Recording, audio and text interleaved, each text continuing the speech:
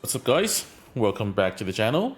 So last time I said that I won't be making the should you pull videos, right? Anyone remember that?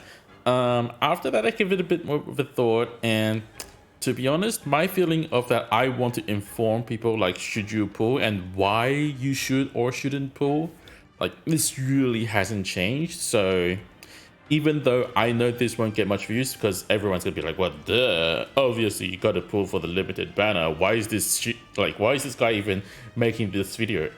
Anyone with a brain knows that you got to pull this limited banner, just like Certa, right?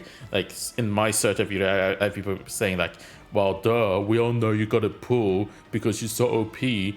So what's the point of this video?" It's just for those people, I must say that for me, they probably haven't watched my video because my video isn't really just about should you pull, but more about why should you pull or not, right? And so here we go again. Limited banner, and everyone knows that they want to pull, but I feel like I want to say why you should pull and if you should be satisfied with just getting one of them, or maybe you want to get both of them for, you know, future content, right? That is what I think I want to share with you guys today.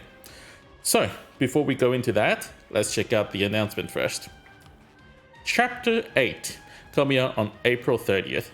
By the way, as usual, that should be 3 a.m. on 1st of May of my time. So that makes it really horrible for me to stream at that time.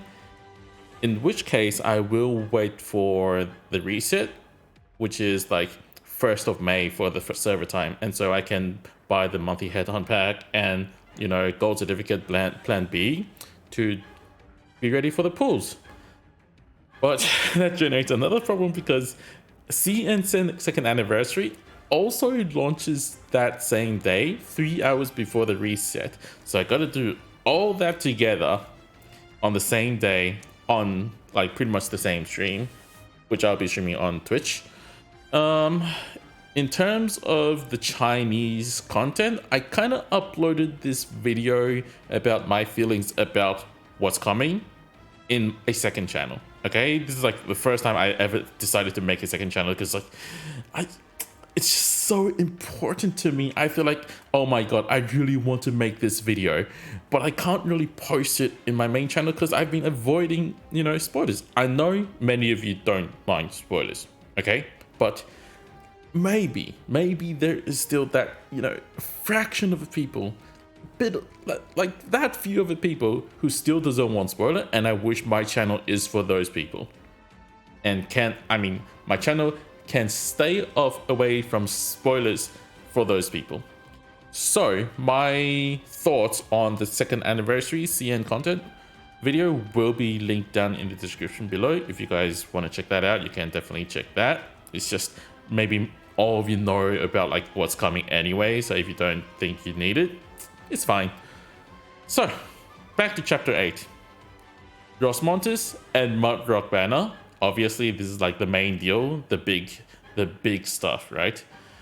And then there is like 10 free pulls and then daily free pull. These are like the usual stuff. And we get Whisper Rain, Jackie, blah, blah, blah, normal stuff. Costume, really awesome, must buy. And then limited time event where you can grind like the sanity potion. All good stuff. Now, time to talk about the operator. Oh, before then I have to talk about my quick answer of should you pull, right?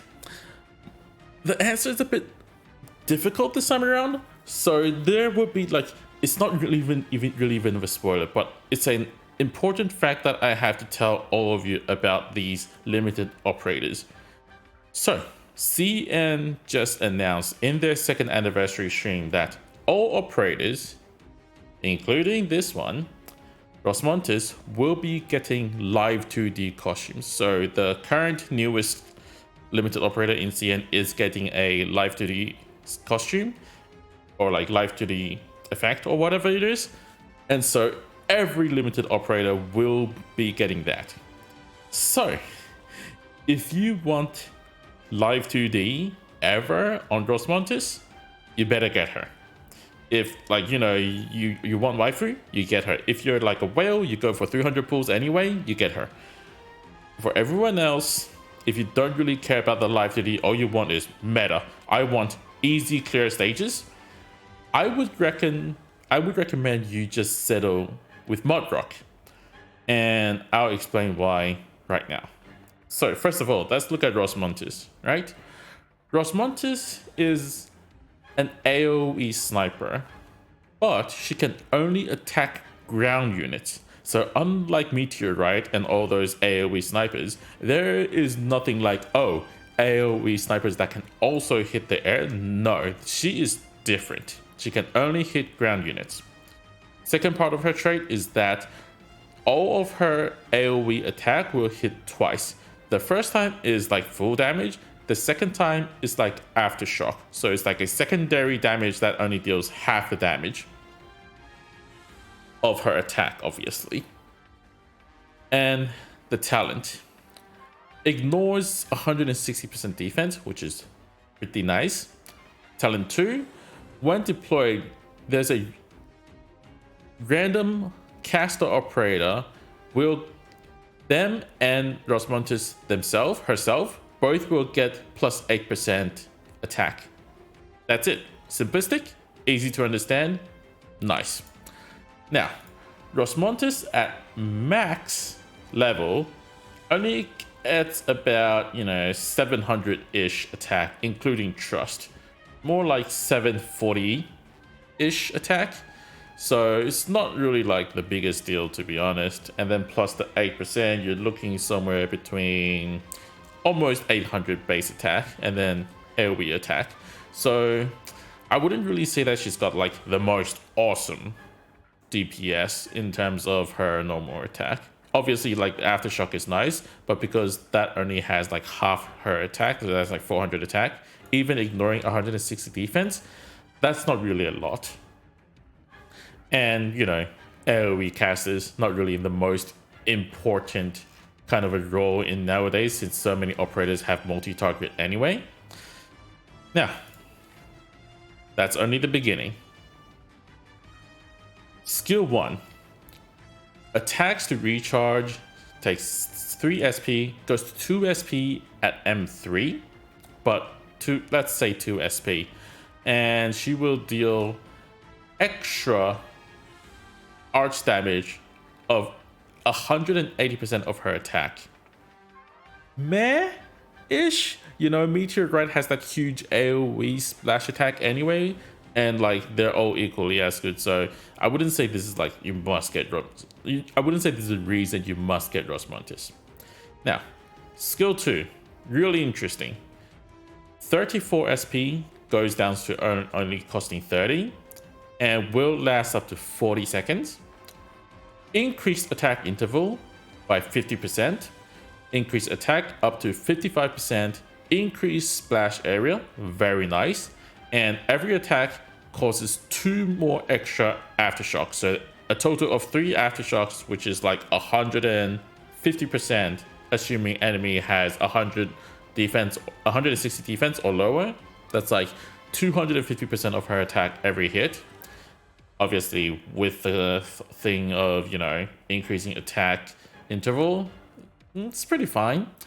And targets who get hit by her attack and aftershock has a 20% chance to be stunned by up to 1.5 seconds. So think of it this way. 4 attacks, every attack has a 20% chance to stun. So this is pretty much like a, AoE crowd control, but damage kind of situation. It's fine. It's fine. It's not like too special. And that's the thing. Not too special. And then third skill. Decrease attack interval by 50%. So that's double the attack speed. Increase plus 60%. Simultaneously attacks 2 enemies, but only attacks blocked enemies. Now, this sounds pretty awesome. As when you block the enemies, you're dealing damage. Tons of damage, right? Immediately deploy 2 of the shields that is behind her. You see like these like huge AF shields that's behind her. She would deploy 2 of these on the field that can like, you know, put down only in places where you can put down melee operators. These will stun enemies for 2.5 seconds, and blocked enemies will have minus 160 defense. The stun will go up to 3 seconds. That's pretty nice. It only lasts up to 30 seconds, while the SP goes down to 60. So it's like a third of the time the skill is activated at best. Then these shields that you put down has a 5,000 HP each, blocks 2, and have 520 defense. So they are pretty tanky. Except, don't you guys think that that sounds kind of familiar? You know, who was that caster that pretty much has the almost exactly the same ability, only can summon 1 obviously, but like very similar? Yeah, that's the problem. And are you really trying to get Rosmontis to deal damage when you have Surtur? Probably not as well. So just in general, you know, in general, Rosmontis, not really the most important. At least my Rosmontis hasn't really been on the field, even though she's got 200 trust, but trust me, that is just because I grind trust for her for absolutely no reason. In terms of Rosmontis herself, not really that much used. If I actually used her, I would actually M3 her skill 3, you know? Yes, there is a CC that you can kind of use her, but she wasn't even used. I don't think she's like a must in max risk CC anyway. So if you're looking for like meta only Rosmontis, you can skip. And as long as you get Mudrock, don't do what I did, okay? Don't do what I did. Look at my defenders by rarity. No Mudrock. I will forever regret this. Like I said in my Shijupu Blemishine banner, I will forever regret this for getting Blemishine but not getting Mudrock. Why? Let me talk about Mudrock a bit. I'll have to borrow my friend's Mudrock for now. I mean, do I have a friend that has Mudrock on them? Oh, yes, they do. Okay. Mudrock. So, it is a she. She is a high cost, 36 cost defender. She cannot be healed by ally operators. You might think, oh my god, isn't that like a huge disadvantage? No. Now, her first talent is that she will gain a shield that can neglect 1 attack, any attack, no matter how much the damage is, even if it's like 1 billion damage, that damage will be completely neglected. She gains that shield once every 9 seconds. She can stack up to 3 layers of that shield, and every time that shield is broken, she will recover 20% of her HP. By the way, she has about 4,000 HP, I mean 4.4k HP including trust at max level. And so think about it, at least 800 HP for breaking the shield, and then neglects the damage. She doesn't need any medic on her. And then she will take 30% less attack from Sarkar's enemies. Like, this is just fine. It's the main talent that is really important. Obviously, like, the second talent can be kind of useful. A little bit of a spoiler. Next CC, you know. Now, talents are obviously, if you have the money, go for it. But in general, get Mudrock, you're good. Now, look at skill 1. Skill 1 are very straightforward. Cost 30 SP, lasts 40 seconds, and increase defense by 100%. By the way, she already has 660 defense, so double that, 1300 defense. Easy. Simple as that. And then plus obviously her own talent shield. She's just like indestructible. Skill 2, which is the skill that I have borrowed from my friend has right here.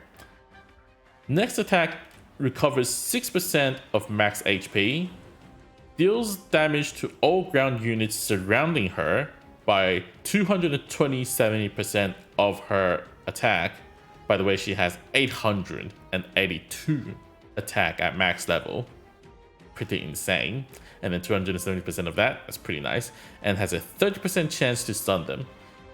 It is only recovered when she takes damage. This is where the whole Blemishine thing comes in, where the talent of Blemishine actually allows her to recover SP when she's attacking as well. So that is very nice. Allows her to use this skill more often because it's only 4 SP. So yeah, quite a lot of stun, really strong. So skill 2 is definitely M3 worthy, trust me. Then there's skill 3. Skill 3, when the skill is activated, she cannot do anything. She doesn't even block enemies. Instead, she does not take damage for 10 straight seconds.